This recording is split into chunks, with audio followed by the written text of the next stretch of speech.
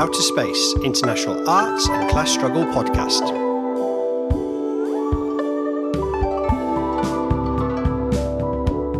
On this show, a revolutionary nurse that wrote poetry. Then, comment and views from the space station. And to finish us off, music from System Kicker, See the Danger.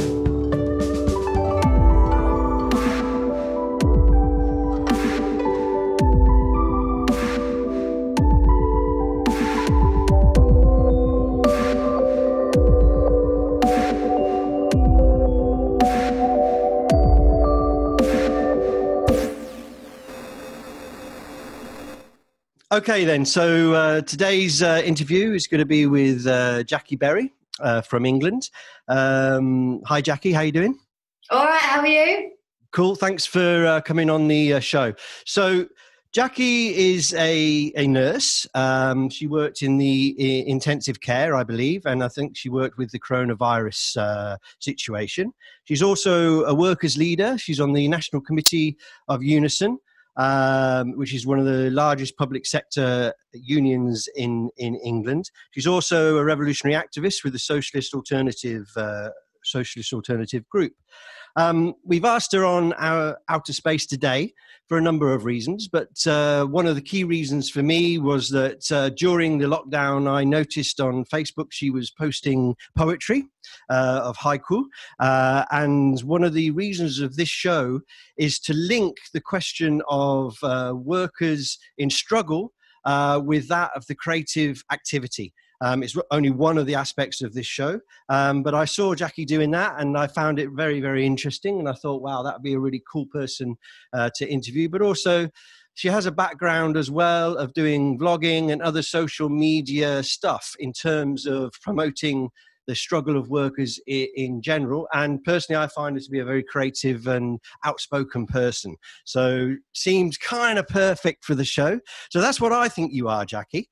What do you think you are? Maybe you'd like to correct me, or maybe you'd like to add some some parts of who you think you are. Yeah, I don't think... I am a nurse and I've worked in intensive care for 7 years, 10 years nursing practice in total. I am on the National Executive Committee of Unison, but I don't think that being elected to that body necessarily makes you a workers' leader. In fact, having sat on that body for 7 years now, I think, give or take, I've seen very little workers' leadership on that committee, so I wouldn't conflate those two things with being necessarily the same. But yeah, I am a member of Socialist Alternative, which is the England and Wales group of the International Socialist Alternative. All those things are true. I can't remember what else. Oh yeah, I have done some video blogging, which it was controversial at the time. But actually, I think what it was trying to use a newish platform to engage an audience of people in socialist ideas who wouldn't necessarily walk past a group of revolutionary socialists in a high street and put a pound in a pot. And that seemed to be, at the time, the methods that socialist organisations were using to popularise their ideas. And I'm not saying that there's anything wrong with that necessarily, but I think it's limited in its scope, it's limited in its reach, like any medium. Like, I'm not saying that, vlogging is the be-all and end-all. I think you need to have lots of different tools that you use to engage an audience and to build socialist ideas. I completely agree with you on that, and that's one of the reasons I'm doing this show. But let's come back to that, the blogging a little bit. I want to focus, I think the question of workers' leaders is a really good thing for us to discuss, but I want to start first on the reason why I thought, hey, Jackie would be great on the show, because I've seen what you've just been doing, which is the haiku poetry. I think I'm correct in saying that, haiku. I'm not exactly sure of the pronunciation. I don't know. I think maybe if you're Japanese, that's probably right. Yeah. I just say haiku because I'm from Chatham. Okay, well, I don't think there'll be many Japanese people criticizing the show, but if there are, then correct us on the saying. As I understand it, the idea of these poems is they're normally of 3 lines. They're normally, if you like, a short expression of juxtaposition of two different visions that the person sees. I don't know exactly. I have written a lot of poetry in my time, but I haven't written these, and I don't understand necessarily all the form. But what interests me is less the form, although you might be able to give us some more information on that as you've been doing them. But more the fact is that in the recent lockdown, when things were going crazy and we were all going kind of socially and individually mental, suddenly, maybe you were doing them before, but suddenly I noticed them, and there we had one of these nurses that we were all looking towards suddenly coming out with some quite unusual words here and there. But also you were using it as a form. And I want to know why did you choose to suddenly start doing that poetry? And more importantly, why did you put it on Facebook? Because it's one thing to write a poem to yourself at the end of the day, it's another thing to write it and then put it out there for the world to see. So my question is, why did you do it? How did it come about? What purpose do you think it's got? Well, it all started at the back end of last year, and I remember I was in the back of my mum and dad's car, and we were driving to a party in South London. It was my sister's boyfriend's Thanksgiving party, right? Because he's from the States, and we were trying to find an offie because we hadn't bought any booze, basically, and we couldn't find an offie. And it was just really frustrating, like driving around South London in the traffic, trying to get to this party and also find an off licence on the way. So I wrote a haiku about that in real time, just as sort of like a way to pass the time and to like make light of the situation. And I don't know, I remember I first learned about haiku when I was 9 or 10, and I was in my mum's class. She was my year 5 teacher. Being in the back of my mum and dad's car always puts me into quite a childlike state anyway. I don't know if it's just like situational or I just like to mess with them. I don't know what it is, but that was the first one, and it was fun. And because it was fun, I put it on Facebook, because I like to put things on Facebook that are going to either entertain people or challenge people. So that was the first one, and then I did a couple like after that, and then I decided, like, as a New Year's resolution, that I was going to write one a day as an act of self-expression, as a mindfulness exercise, and also because I've never been able to keep a diary in my life. Like, I start these diaries with like great intentions, like I'm going to be like, not necessarily the next Anne Frank, because no one wants to be that, but like I'm going to like chronicle like the amazing events that we're living through, and it's going to be amazing. But like I just don't have the time or the attention span. But what haiku gives you is 17 syllables, and it's, if you can't say something in 17 syllables, then don't bother, really. Yeah, what it does, it forces you to like strip back your experience to what it is that you're actually trying to say. And I quite like that about it. Like, I'm quite as a person, I'm quite a chaotic person. Like, the way I go about things is quite so having that focus, and its first line is 5 syllables, the second line is 7 syllables, and the third line is 5 syllables. 5, 7, 5, 17 syllables, and that's it. And that just gives me like a psychological focus to what I'm trying to say. There's a lot of like debate in the haiku world. There is a haiku world. Okay, there is. Okay, like, yeah. There's podcasts, there's groups, and there's like academics that have written lots about like what is true haiku. Oh, well, we apologise ahead to them. Well, yeah. Sorry. It's like it's supposed to be about nature. It's supposed to actually have 17 sounds, not syllables, which is a concept that they have in Japanese that we don't have in Western languages.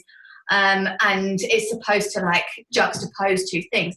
And to be honest, I think that's an awful lot of rules to put into something. And really what it's about for me is about capturing your experience in a moment and just keeping that. And for me, putting it in a diary, I bought it. Normally this stays by my bed, but I brought it down to the office. Just keep capturing it in a diary means that I've got like an experience from every day, and it it's quite nice to look back on. Yeah, no, I think there's a whole load of directions we could go with that, but one of the things that really hit me was that it was a personal thing. Sitting in the back of your mum's car and being a child again, I get that. I think we all live back in the womb in some sorts of different moments in our lives, and in those situations we certainly feel the need to express. And the idea that it's a regular thing, I draw from it. But the thing I heard you say there is challenge people. That actually probably the one thing to write it is maybe personal as an expression, but the other thing to publish it is to maybe challenge people. And also the other thing I found interesting about what you said just then was that the need to condense a message. Because I had a discussion with somebody recently about using extensive long quotes from great Marxists and revolutionary thinkers as a way of expressing an idea.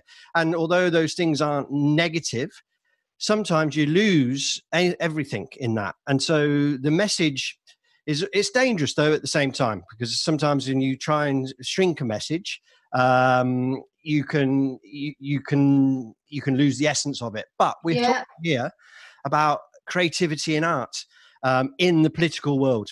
And for me, that's what I found interesting, because if you want to condense a message, if you do it with poetry, you don't have to say everything correctly.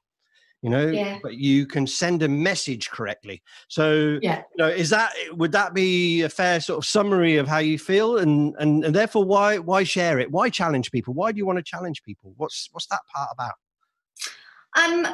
So first of all, not everything I share is about challenging people. Sometimes I just want to entertain people. Sometimes I want to give people who are maybe not intensive care nurses a bit of insight into what it is that we've been through recently, and actually that we go through all the time.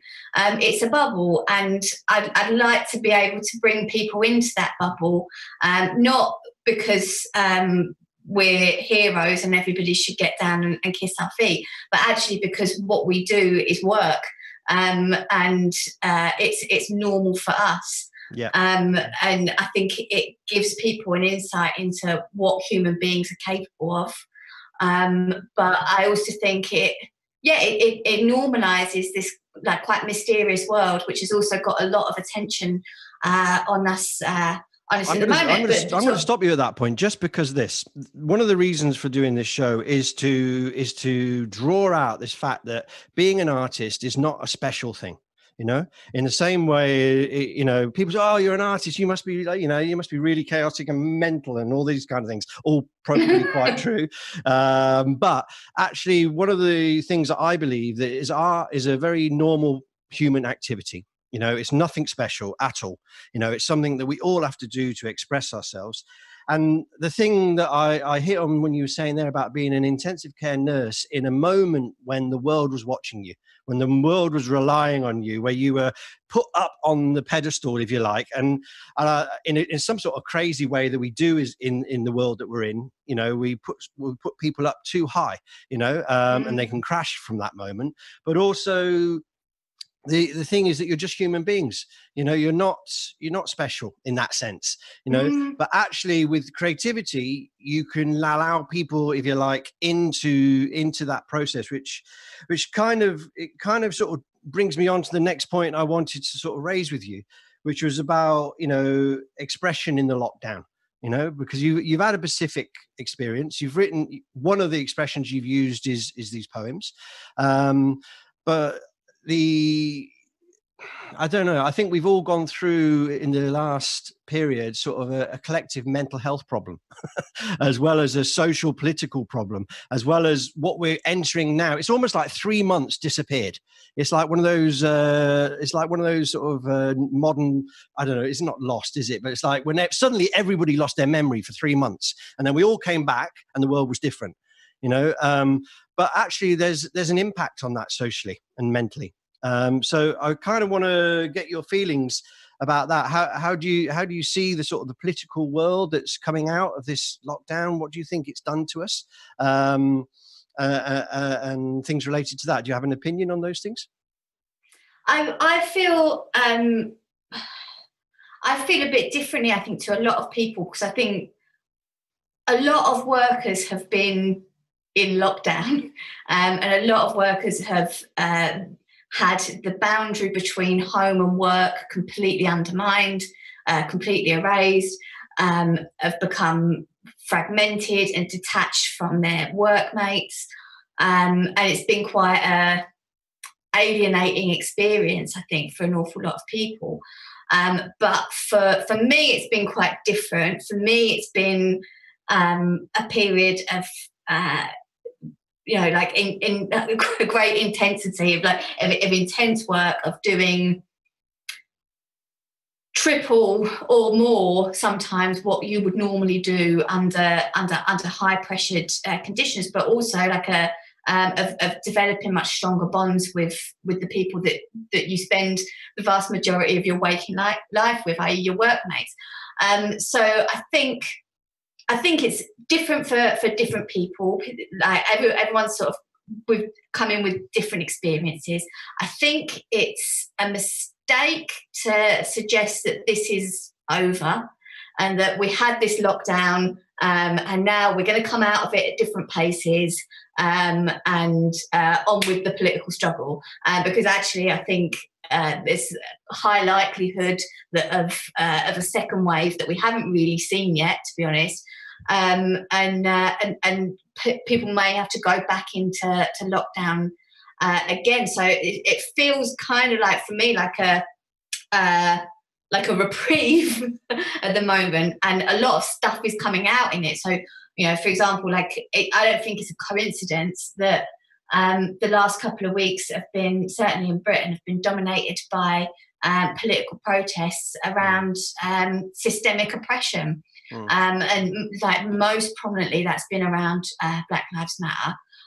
But I think there's also been attacks on the rights of transgender people.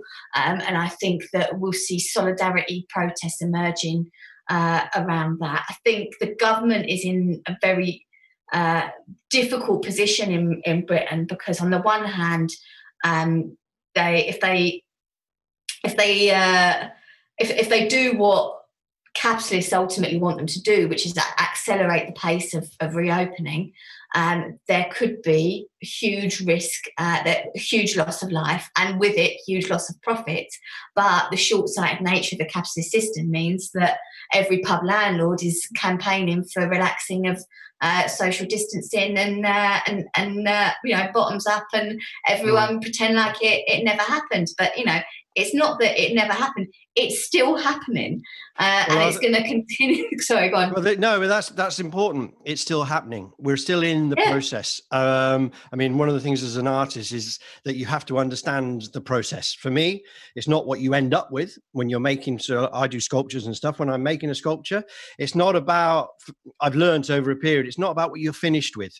It's what you experienced during the making of it. And in a sense, what you're talking there is about. First of all, we're not out of lockdown. We call it lockdown. We're not out of this crisis. We're not out of the political crisis for sure. We're just entering some of the elements of that. But we're also not out of maybe the actual virus itself crisis. It's not like it's not finished. And one of the things in Spain that I've seen on the news, and I'm sure it's probably the same in England, is that they talk about the new normal, which is a very strange expression. And I think, those of us of the left, we'll also be talking about, well, we don't think we'll use the word normal, but the new situation that we're entering in.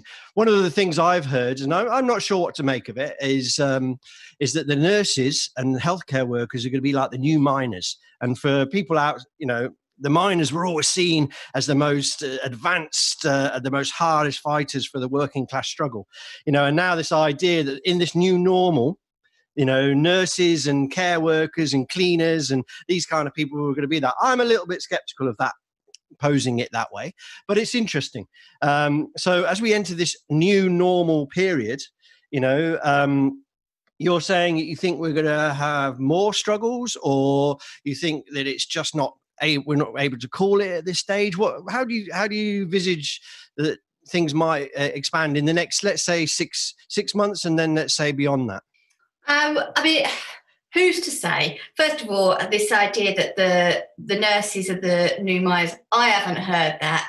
Okay. But there's no such thing as the new miners. There's no such thing as like the miners were a group of workers who fought for their communities in a time where there was, at the end of the post-war consensus, when nationalised industries were being broken up, and there was huge trade union power, there's a lot of trade union organising, there's high levels of trade union density, so the Thatcherite project was to smash that up, really. We are in a very different situation in Britain and across capitalist world today, in that we have gone through a period of 10 years of austerity that has been met with very little in terms of organised fight back from the trade union tops. We've had a couple of demonstrations, one of which I had a significant hand in organising, and I tell you, wouldn't have happened without a couple of people putting their all into it. So they're two very, very different situations. But I suppose in terms of the collective power and the potential collective power that healthcare workers have, it is akin to the miners. What we don't have is the collective organisation that the miners had. That doesn't mean that there isn't the willingness to have a fight. We haven't had a proper pay rise ever in my nursing career, and that spans a decade. But we are a fractured workforce. We've got 14 different trade unions in the health service, and 13 of them signed up to a god-awful pay deal a couple of years ago, which gave away more than we got. So in terms of, are we going to have more industrial struggles, more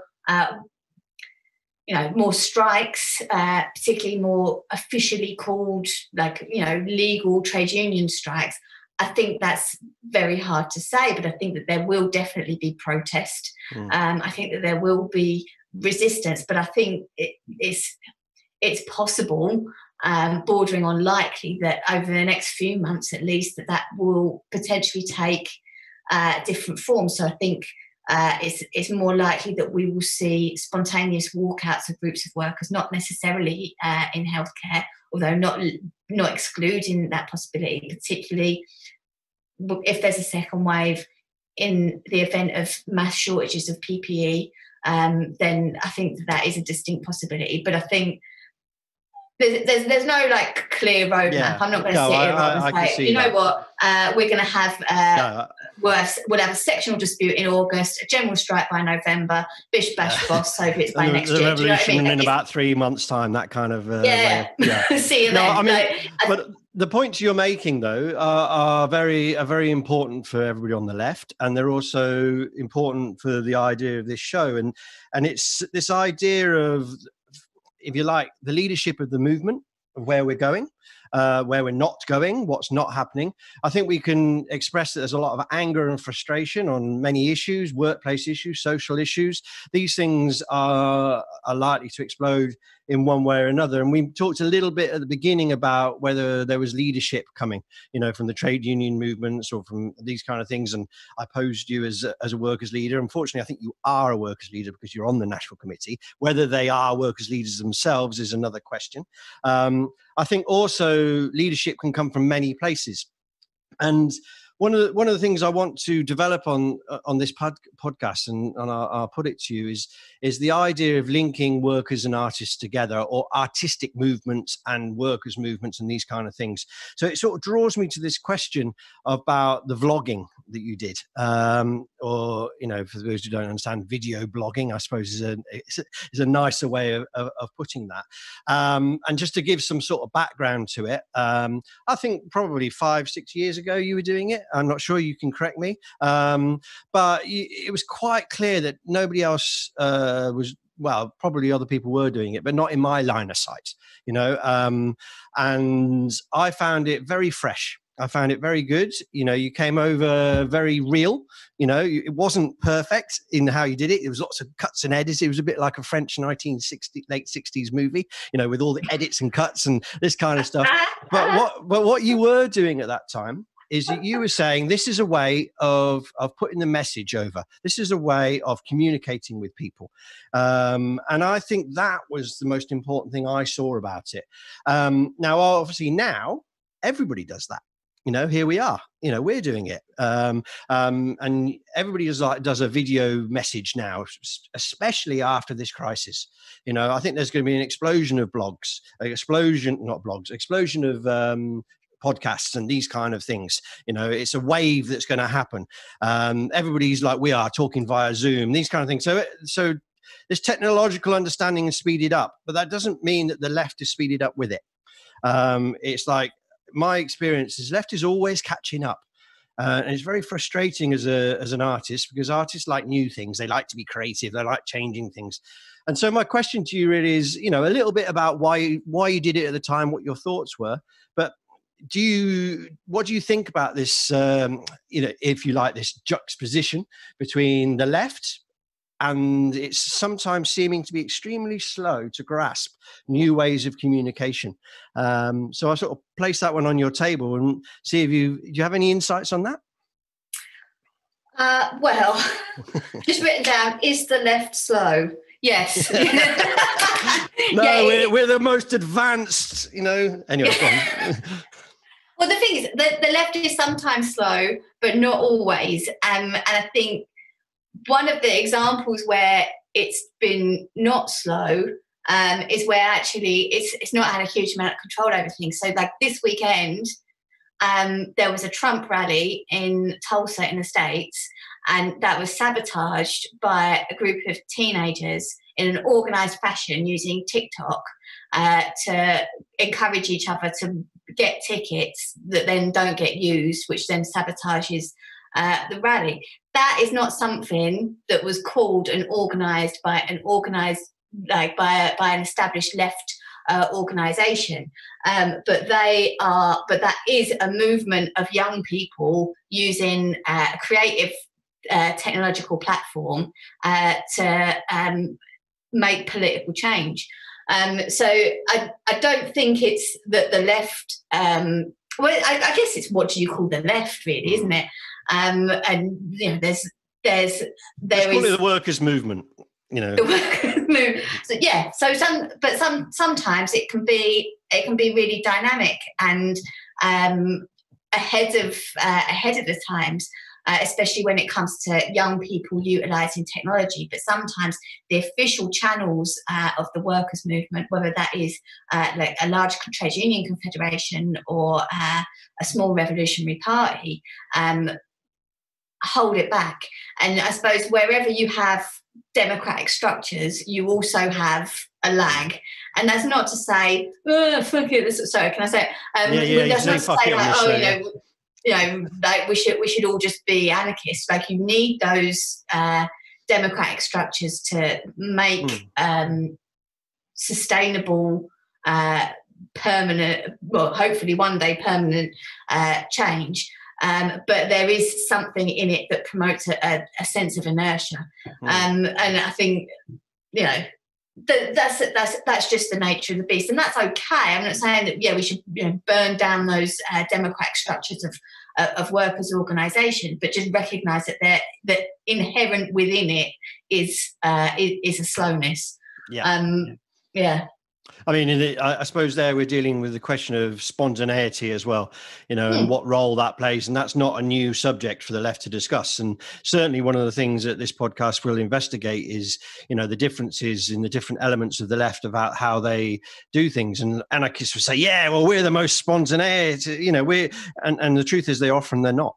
And this is one of the things that would be very good, because for me as an artist, it is that spontaneity is critical, because it's not about being good or bad. It's about this thing we were talking before about expression, the moment, putting something forward. Depends what your art form is. They all have different sort of reflections with that. But one of the important questions is capturing the spontaneity of the moment.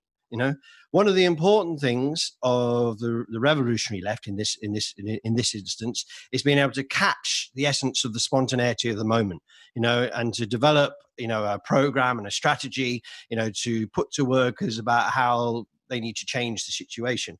And for me, that's one of the key things we have to understand. I don't think there's a crystal ball to it, but there is an attitude to it, and there's an understanding that these things something that we have to grasp, and if we don't, then we're always behind, and it's not always bad to be behind. Sometimes it's worse to be too far ahead of the game, thinking that what people are thinking. Sometimes you do have to be a philosopher when it comes to these things, and wait and see how things unfold. But the spontaneity of things, but how to capture that. And I think in terms of, it's hard in the actual movement, in the actual moment, but what's not hard is using technology that's there, and using things that are there. So when you were doing the vlogging, I thought, well, great, well done, Jackie. You're out there, you're putting yourself on the line a little bit. You look a bit, whenever most artists would know this, that you go and you stand on a stage, for instance, you shit your pants before you go on. And when you're on the stage, you're loving it, and when you come off, you're all self-conscious that did you look good? There's this whole pattern of what an artist does. And in a sense, you were being an artist. Would you see yourself as an artist? Would you clarify yourself as that? Would you say, oh, I'm an artist? What's your feelings on that question? No, I wouldn't. But that's because I think if you say that, then people just think that you're a dickhead. Yeah. Well, you're saying I'm a dickhead. In a roundabout way, yeah. I think it's very difficult if you're not an artist, to start, self-identifying as one. It's like it's identity politics issue. Do you think? Yeah, it's the root of all evil. I think if you're just a normal person that has drawn revolutionary socialist ideas and is then trying to express them to other people, there's a lot of hang-ups in that, first of all, but then to on top of that start going around saying, oh yeah, by the way, I'm also an artist. It makes you sound. But is that not the same? This is interesting to me, because is that not the same as when you go, oh, and by the way, I'm a socialist, and then actually twist it a little bit more. When you were talking, well, actually, you're a nurse in a specific situation and an unusual situation, which is not the same as everybody's experiences recently. And so it's not to say that it's an identity politics thing, but one of the things that I believe in is that we're all artists. Yeah, I'm a very, very strong believer in that. In the same way as when I get a lifetime friend turned around to me and said, oh, God, Rob, stop talking about politics. I'm not political, And I look at them and think, you fucking are. And in the same way is, although an artist has this label of some lucky middle-class person who has a studio and who doesn't have to go to work and blah, blah, blah, and has the access to arts, the fact that a working class person go, hang on a minute, I'm a fucking artist as well, I'll have and one of the things that's important to me is to say, actually, every single person is an artist, every class of person, because it's a human thing. But actually, one of the most critical things is, how do working class artists put themselves up? And I would say you are an artist, you see. And you may not want the label, but you've already entered that deadly dark realm of putting poetry on Facebook and performing. So you've had it. Okay, so one of the things I'd like to do to round off the show is to actually do a bit of fun, analyze one or two of your poems. Is there anything you want to sort of throw in before we do that? Anything you want to say? Go for it. Go on, hit me. I will go for it. You just have to bear with me while I get up on my screen a couple of your poems. Okay, so I've done ones. I'm going to talk about ones that are very recent. I've got two or three. We're not going to go into loads of them. Okay. And so don't worry. But I've chosen the recent ones because you might not remember why you wrote the older ones. These ones were, from last week or so. Okay, and this first one really hit me. I'll read it out. It says, "Only the doctors can be called upon to fix the coffee machine." Now, I'm probably saying that all wrong. Now, when I read that one, I went, okay, that's ace. Okay, what you meant by it, I don't know. You can explain in a minute. What I read was, as a worker, I'm a stone. Most of my life, I've been a stone worker and not an artist in a sense. They've been separated out. These days, as I'm a bit older, I don't want to separate out my working life. But I spent most of my working life on building sites as a stone worker of some description. And when I read that, I thought, yeah, fucking hell, that's like the architect who comes on site every so often, who knows how to read the plans, but has got no idea how to cut a piece of stone, And so that's what I read from it. Yeah, that's pretty much it. Because the thing is, like, we in the ICU, the nurses are technically incredibly competent. Like, we operate life support machines for a living. Like, so all of the ideas about gender and women not being very technically good just sort of go out the window, because we do the ventilators, we do the dialysis, we do everything. Like, we know how to work stuff. We're very practical people, right? But basically, at the start of the pandemic, someone donated a coffee pod machine, like an espresso machine, and it's really temperamental and it gives out all the time.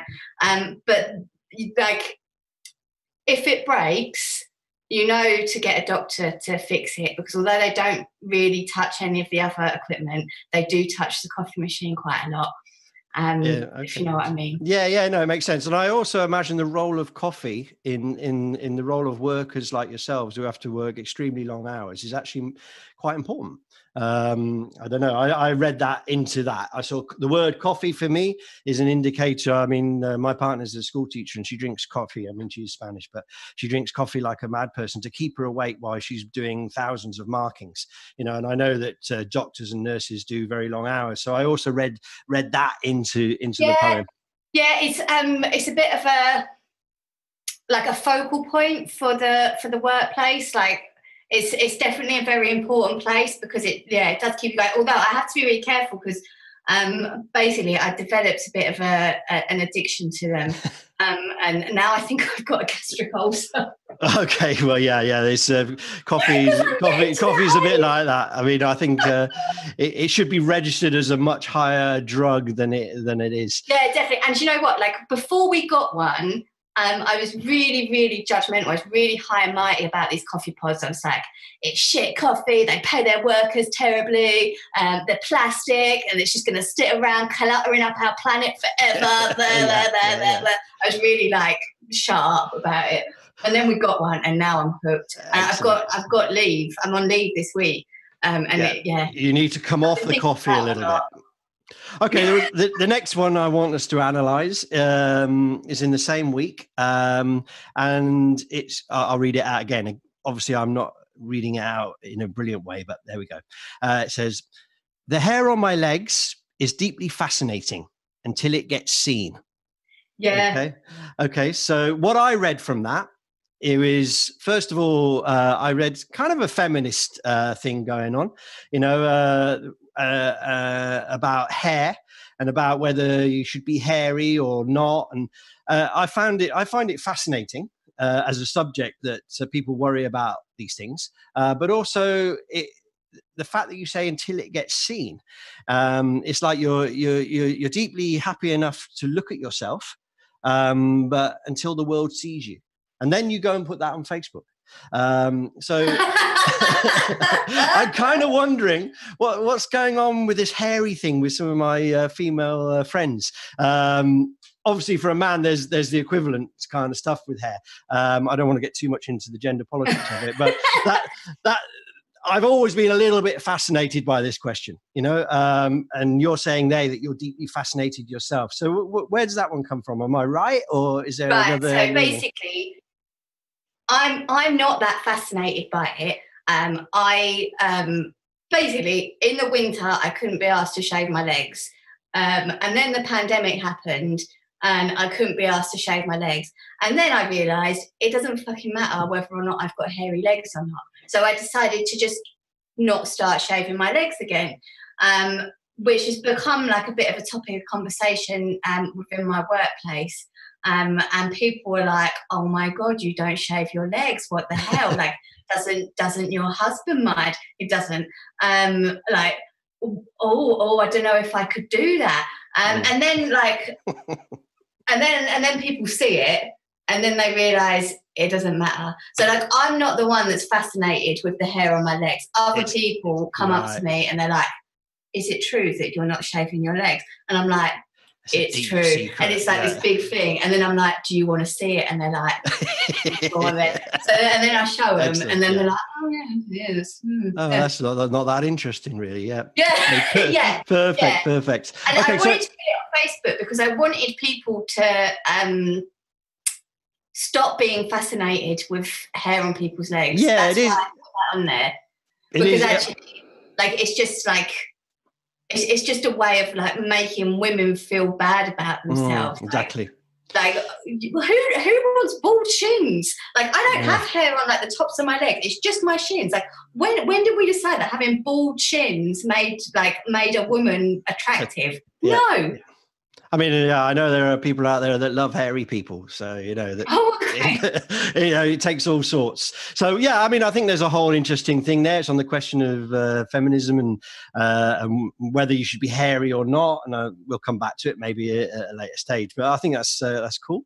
The last one I want to hit you with is, and again in the same week, and it says, "Taking back the lost ground. Weeds thrive with impunity, while my herbs perish." Now, the reason I found this one interesting is because, first of all, the haiku form, I understand, is kind of meant to be about nature. That's, if you're highbrow haiku, then it's about those things.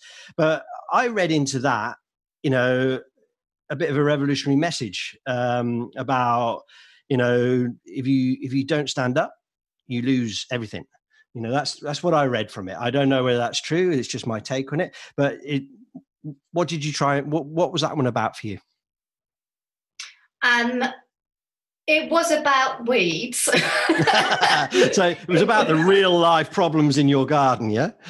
Yeah, it was. But that doesn't mean that it doesn't also mean what you thought it means. Right.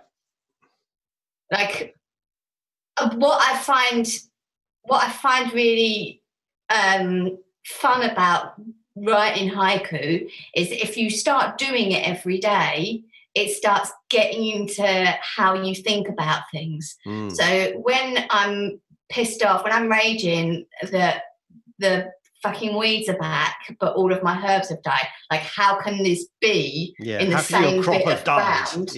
Like, huh? How could your crop have died? The thing that you've mastered so difficult, you've nurtured something and it's died on you. I put in so much love into those bloody herbs and they all died.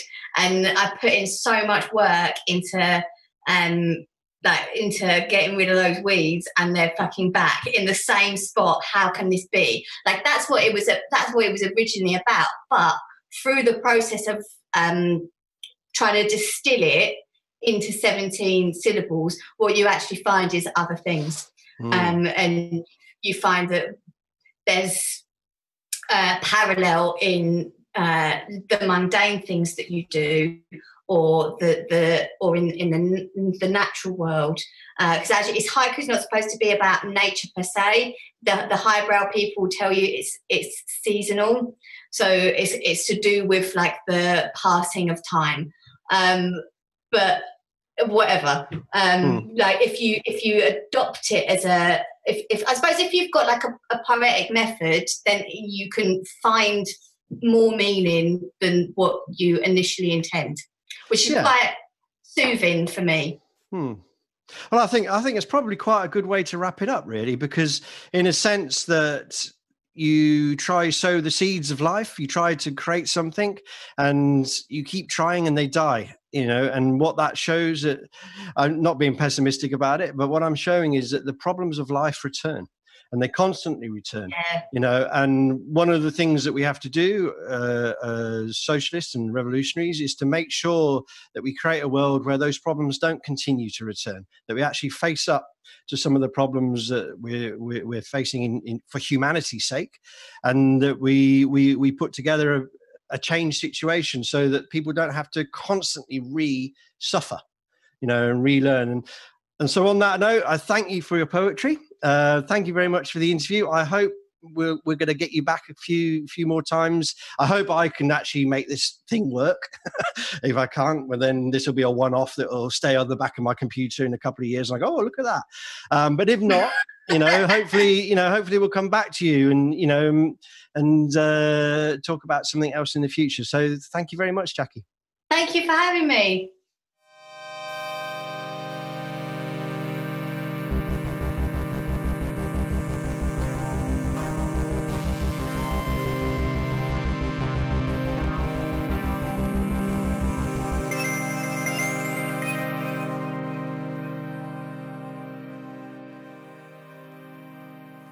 Okay, so welcome to the Outa-space Station, where me, Rob McDonald, and Paul Paranoid are sitting high above you in the sky, and we're going to have a little discussion, a little chat, and a little analysis of that interview with Jac Berry. So, Paul, hi. Hey, just looking down on the earth from up here, and it's looking like a beautiful day. Paul, we're doing the interview. Stop looking out the window, man. Oh, beg your pardon. So just waving to the little people down there, and hope you're having a good time. It's a little bit cramped in here. It's a little bit cramped. I've known Paul a long time. We love each other, but being so high up in the sky and looking down in this tight capsule. Anyway, Paul, let's not get lost. So, what a great interview! What a great interview! You enjoyed it, yeah? Very much. It's fantastic, and lots of great stuff there to get into. I was thinking about this before we started, and I was thinking about where am I going to start, and my notes kind of like fluctuated from coffee and coffee machines being fixed by doctors, hairy legs, and a wonderful bit where you were sort of like, it felt like the teenager had to explain to dad what a vlog was. But yeah, lots of great stuff. And I particularly enjoyed the miners, the nurses that knew miners bit, and that discussion. I loved the frankness and how clear her thinking was about things, and she objected also to being an artist, which I thought was hilarious, which we'll get into later.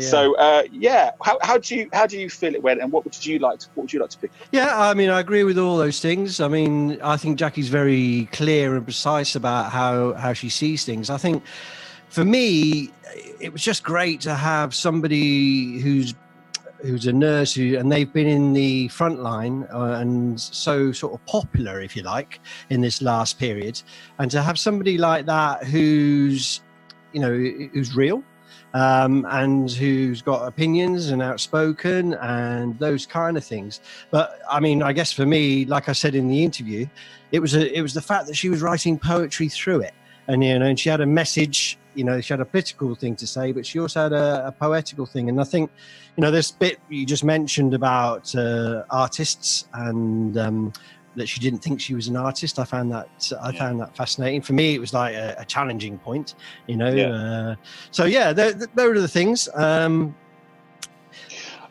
like to come back on that quickly. I mean, I absolutely thought that, that was fascinating, that she has been through this most peculiar experience, more peculiar for the nurses, I think, than anybody else, because they've been under such incredible strain and under such duress, and at very much the front line of this disaster.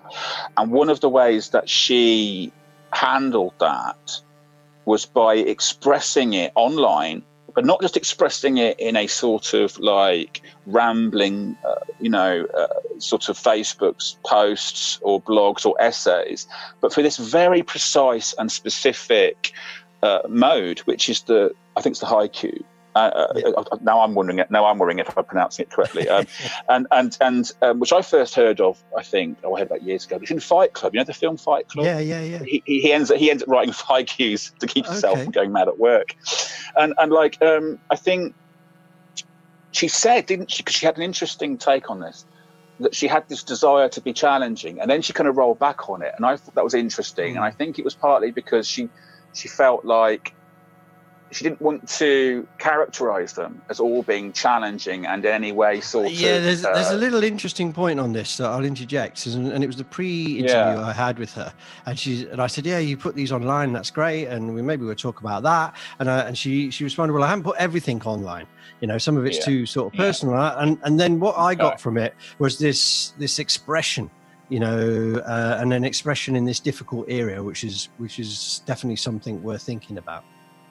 I agree. If you were going to pick somebody, what a great interview to start with, like to pick somebody who at this time, we've just been through this extraordinary crisis, and somebody, and also a very articulate and obviously intelligent person and capable person. And one of the ways that they're, I don't know if it's the right word, but create a kind of commemorating, that's probably the wrong word, but or in some way framing this experience is to pick something like, to write a poem per se would have been a daily one as well, would have been an interesting thing for anyone to do. But for this particular form, which is so, I was thinking about it, listening to it, it's like the Twitter of poetry, the haiku, isn't it? Yeah, no, because you're limited. You're limited. Like the number of times I've written a tweet and I've had to go back over it and like edit it down and get rid of it, and then you realise this is making it focused and concentrated, and the haiku is like super hyper version of that. You know what I mean?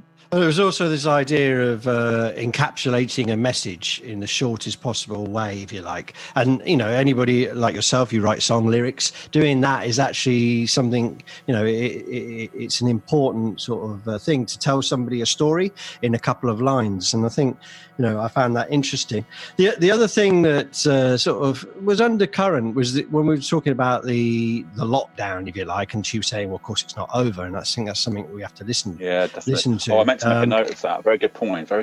Yeah. Yeah, but she mentioned afterwards that a lot of the nurses had post-traumatic stress disorder, and that really hit me as an afterthought of the thing. That Christ, we've all gone through a mental thing, and how are we expressing that? How is it going to come out? And kind of one of the ways she was talking was it's going to come out in struggles, and of people fighting back. I found that interesting. So for me, you mentioned it in your introduction. One of the things about this podcast is this idea of the artist and the worker, and is there any difference between the two, and who is an artist? And I found probably the most important, interesting thing for me was that she didn't want to be called an artist, or she didn't self-identify as an artist, as you and me probably would. And I think for me, there's a problem in that. What do you think? Well, I mean, I have. Yeah, I've had my own journey with this, and because one of, I think when I got to about, my late 30s, right, I realised I hadn't succeeded in the level I wanted to, and I started going around calling my. Yeah, and I started going around calling myself an artist at that point. Oh, right, yeah. Very good. I hadn't done it before. So the moment you realised you were a failure, yeah, and that made me, and I did it for about a year, and then I thought, this doesn't feel right. And, and I didn't analyse it till later, but I talked about it with a very good friend of mine. He's a real sort of, anti-bullshit kind of personality, you know. I couldn't get away with that on this. And he said something very wise. Now, this will cut across a little bit where I think you wanted to go with it. And I kind of commend you for your mission. I love your mission of liberating artists, liberating it and giving it to everybody. I love that. But I think we're going to hit this snag. And he said this. He said, an artist is something other people decide you are. And I found that fascinating. I must admit, I haven't heard a what better you're saying argument. is you don't become an artist until other people call it you. You can't call it yourself. I think there's a case for that. I haven't figured it out, but I think he's onto something. Because the problem is, I know some people who shouldn't call themselves artists, man. Well, yeah, I get you. I mean, I suppose. I don't mean it. It's got nothing to do with class, nothing to do with training. I just mean I know some people that probably need to do a little bit more work. You know what I'm saying? No, but I think that's the point, really. I mean, I think one of the things I find interesting about the subject is it isn't about that you're good. You know, I think one of the problems I think one of the problems is that we live in a capitalist society that commoditizes everything, and it's almost like I'll give you a little idea on this. There's a I think it's on Instagram or something like that. There's a group, and they've got a website, and they're called Failed Artists. Yeah, and what they do is they write on a piece of paper, I am a failed artist, and they post it on Instagram or something. And I've seen it quite a few times because obviously I've liked it or whatever I had to do. And it's this idea that to be a successful artist, you have to have done something significant. You know, you have to have produced a record that was played on the radio, or you have to have done a painting that's had an exhibition. And therefore, an artist is that. You know, once you've done something like that, and I remember the moment myself. I did an exhibition in Barcelona a number of years ago, and I thought, "Fucking hell, I've arrived." You know, and the other side of that is actually somebody who does art as a hobby, you know, sees it as a hobby, and I find that problematic. You see, because I think I agree with that. Wait, what? The art is a hobby? I agree that it's problematic. I think art isn't a hobby or a job. I think it's art. So I agree with you there. Yeah, but if it isn't a job and you don't earn your money from it, and you, how do you become an artist? You know, it's you either live off your mum and dad if you're lucky enough and you got that position, or you live off a girlfriend or a boyfriend or something of that nature. I'll be honest. Do you know what? What I'm doing here, I can see the contradiction even in what I'm saying. It's art, whatever.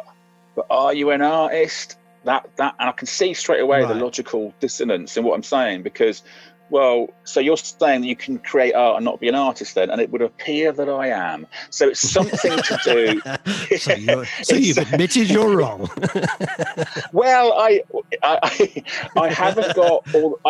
I see a disconnect. I'll give you that. I mean, look, this is an argument I think we're going to have throughout the series, and I think it's going to be great fun. And I think one of us will try and beat the other one to a pulp with it. I think you've got me. I mean, it's kind of 1-0 to you at the moment because you got me on that. I've admitted that if it's a hobby, it's still art, but if it's a hobby, you're not an artist. And I must admit, I can see a massive logical disconnect in my position. I think it's an interesting subject, and I think you're right. I think it will cross over the things, and people go, "Oh, look at those two fucking idiot artists arsing over what is art, what isn't art. What a bunch of fucking idiots!" And there's an element of truth there, Paul. You know, because it is true that, you know, artists are seen as people that got their own arse. But it's relevant because we're talking about how art is a reaction to, in this case, an extreme, like, culture shock crisis situation and a work situation and struggle. And so I think it's fair for us to try and define our terms. I think that's an interesting and worthwhile. Okay, well, I don't think we're going to conclude it. I think a good opener on these particular questions, on the question of struggle, on the question of art, and what art is and what struggle is, for that matter. We only touched on the issues, and I think, you know, I think she'll come back on the show and we can develop it from there. And I'd like to hear more from her about the CPTSD thing, so I'm very fascinated about that. Yeah. I have to go and attend to the nuclear reactor now, because if I'm going to stay in orbit, I need to go and make sure that's working. I don't like to leave it for more than 10 minutes. So if you don't mind, Rob, I have to go and do some science fiction stuff now. Okay, man. Well, it's good to speak to you, and we'll speak to you in the next podcast. All right, signing out, Rob. Okay, Paul. We'll see you later. Thank you very much. Take care, man. Bye-bye.